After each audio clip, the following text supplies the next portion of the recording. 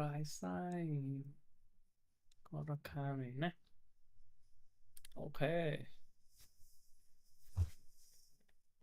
มาดูกันว่าไหวไหม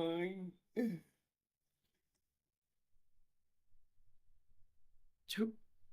ชุบทำงานไหมไม่เอาทำงานไหมพีเอ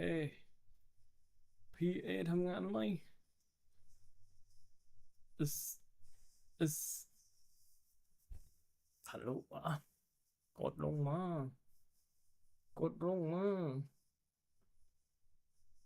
ชุบโอ้โหปวดอันนี้เขาเรียกว่าพรวดพรวด